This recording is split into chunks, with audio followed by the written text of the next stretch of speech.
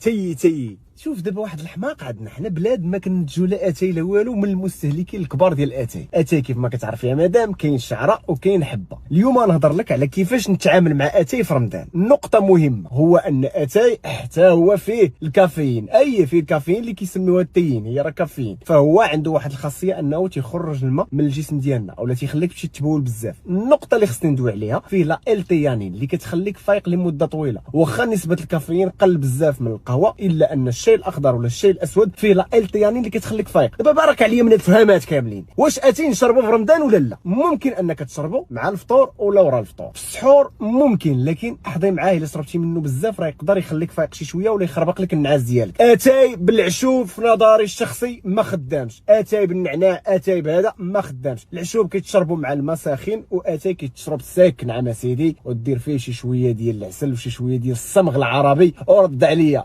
رد عليا. وتخيل معايا كاين اللي كيزيد فيه شي شويه ديال الكمون الصوفي. الصحراوه كيديروا الصمغ العربي والكمون الصوفي واتاي باب ولكن كيديروا السكر بزاف. فيه واحد النقطه مهمه هو اننا خصنا نحيدوا منه البيستيسيد ولا المبيدات، يعني خصني نشلو بالماء بارد باش نقص واحد النسبه مهمه ديال المبيدات. غتقول لي منين جاني هذا الجهد؟ فيه الجوع. ملي تيكون فيك الجوع راه الجسم ديالك تيتاكتيفا، راه الجسم ديالنا محتاج انه يرتاح. عيش ليا في الصيام وما تعصبش واكي عون ربي.